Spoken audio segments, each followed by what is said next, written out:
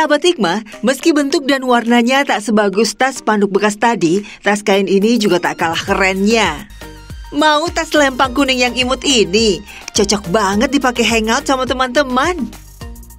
Wah, banyak sekali pilihannya ya. Jadi bingung nih sahabat Hikmah, semuanya bagus-bagus soalnya. Atau mau tas yang motif kulit ular ini? Unik dan jarang ada yang pakai nih. Siapa sangka ternyata tas-tas ini adalah barang-barang tak terpakai, hasil reparasi seorang bapak. Dialah Pak De Udin yang sudah 4 tahun menjadi pengrajin tas berbahan limbah kain atau tas-tas bekas. Limbah-limbah ini Pak De Udin daur ulang menjadi sebuah barang berharga yang memiliki nilai jual. Ya, lewat tangan Pak De Udinlah tercipta tas modern yang cocok dipakai untuk kegiatan sehari-hari. Sulitnya mencari pekerjaan membuat Pak De Udin harus memutar otak. Hingga akhirnya ia menemukan cara untuk mengolah tas dari limbah sebagai sumber nafkah keluarga. Awal mulanya ya, tadi kan saya nyari kerjaan susah. Nanya-nanya ke sana sama temen, nggak ada, ini nggak ada. Terus kata teman saya, udah aja kamu ini cari barang bekas, ntar jual lagi. Kan lumayan, untungnya lumayan katanya.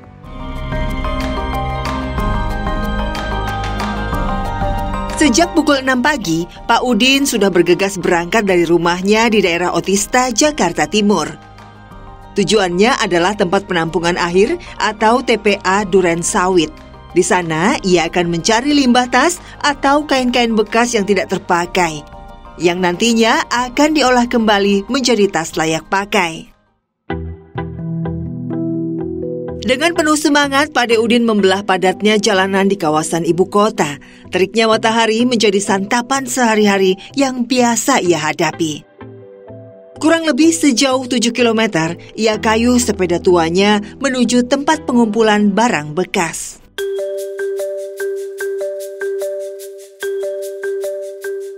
Sesampainya di tujuan, segera saja ia datangi tumpukan barang bekas dan memilih limbah yang masih bisa diolah. Harga satuan tas bekas ini antara 5 sampai 10 ribu rupiah.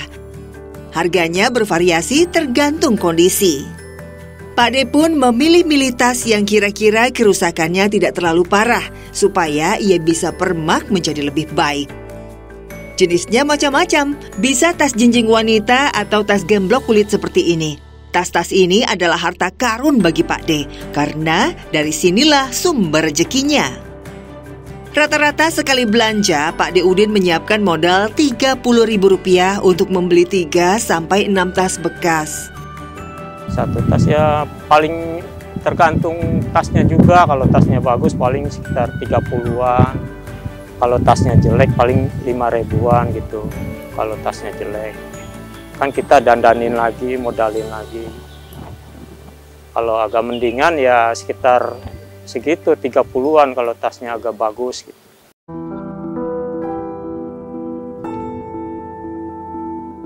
Setelah selesai mengumpulkan tas bekas, Pak De Udin segera pulang ke rumahnya. Sesampainya di rumah, ia pun langsung menjahit dan memperbaiki tas bekas untuk siap pakai. Pak De memeriksa bagian-bagian tas lalu menjahit beberapa bagian yang rusak.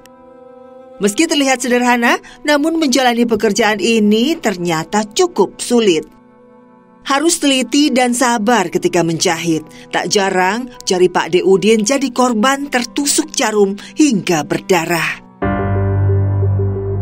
Maklumlah, di usia 55 tahun, matanya tak lagi awas melihat jarum dan benang yang berukuran kecil. Sering, kalau lagi jahitnya susah, luar dalam, kadang-kadang ya kayak gitu, jadi ketusuk gitu.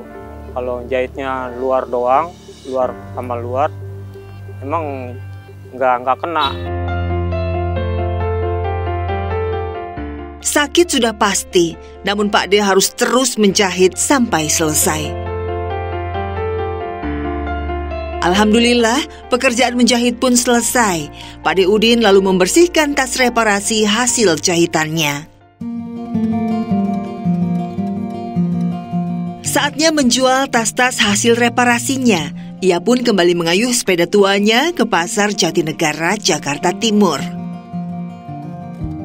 Bapak berusia 55 tahun ini pun berdoa agar tas-tasnya bisa aman sampai ke tujuan, karena jalan menuju pasar tidak selalu mulus.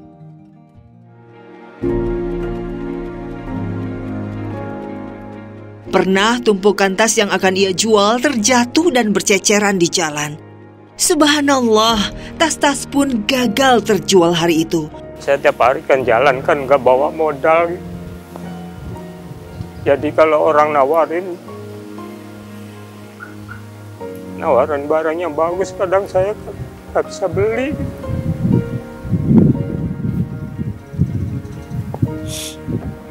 Kalau saya sih maunya kalau punya modal gitu, ya siapa tahu kan namanya rezeki kan kita nggak tahu. Kalau barangnya bagus kan jualnya juga nggak lumayan gitu Pak.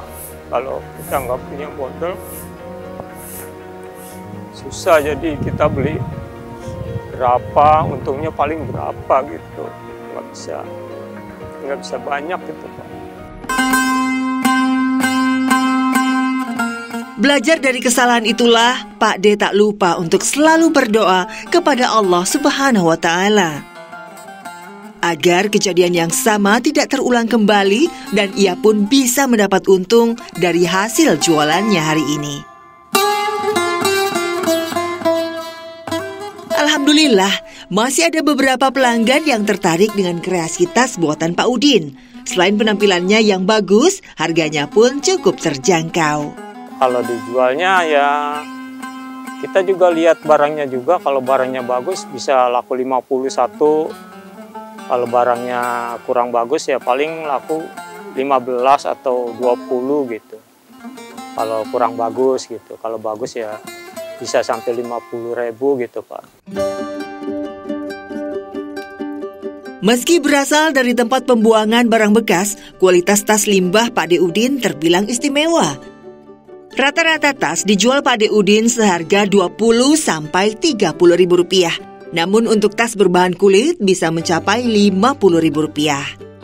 Ada beberapa pelanggan yang biasa membeli tas untuk kemudian dijual kembali. Ya memang udah langganan, harganya juga masuk, barang-barangnya juga lumayan layak jual. Namun demikian, Pak D Udin tidak bisa sepenuhnya memenuhi kebutuhan hidup keluarga dari usahanya ini. Karena paling banyak, Pak D hanya bisa mendapatkan keuntungan bersih Rp50.000 per hari.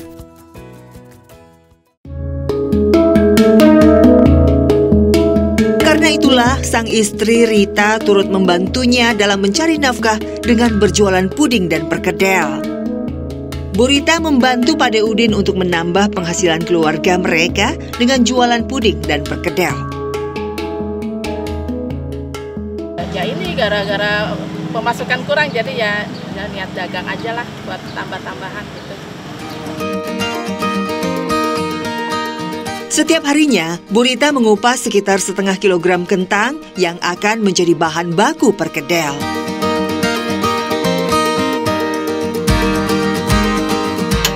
Setelah bersih, Bu Rita langsung menggorengnya agar menjadi lebih empuk.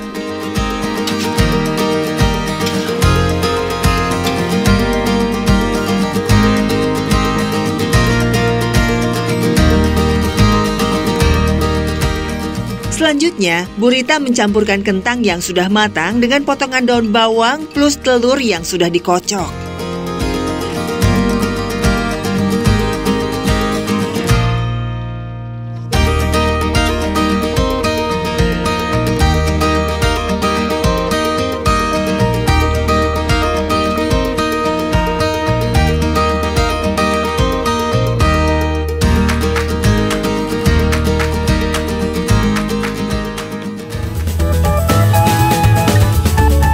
Setelah perkedel dan puding siap, Bu Rita pun segera menuju ke pasar terdekat di daerah Otista, Jakarta Timur.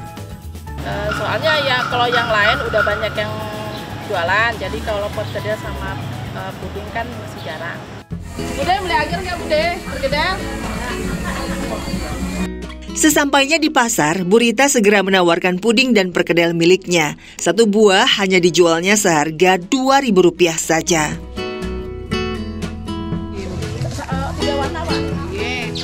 Alhamdulillah, dagangan Bu Rita berhasil menarik perhatian pengunjung pasar hingga sesama pedagang lainnya.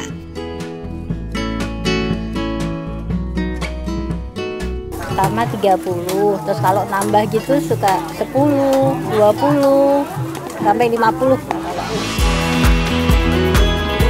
Sahabat Hikmah, Allah Subhanahu wa Ta'ala sangat mencintai hambanya yang bekerja keras dalam mencari nafkah. Sabda baginda Nabi Muhammad SAW, sesungguhnya di antara dosa-dosa itu ada yang tidak dapat terhapus dengan puasa dan sholat. Lalu para sahabat bertanya, apakah yang dapat menghapuskannya? Wahai Rasulullah, beliau menjawab, bersusah payah dalam mencari nafkah. Hadis riwayat At-Tabrani. Setelah berikhtiar, kita wajib untuk tetap beribadah dan menyerahkan semuanya kepada Allah Subhanahu wa Ta'ala. Yakinlah, Allah akan memberikan rezeki bagi setiap hambanya yang bekerja keras.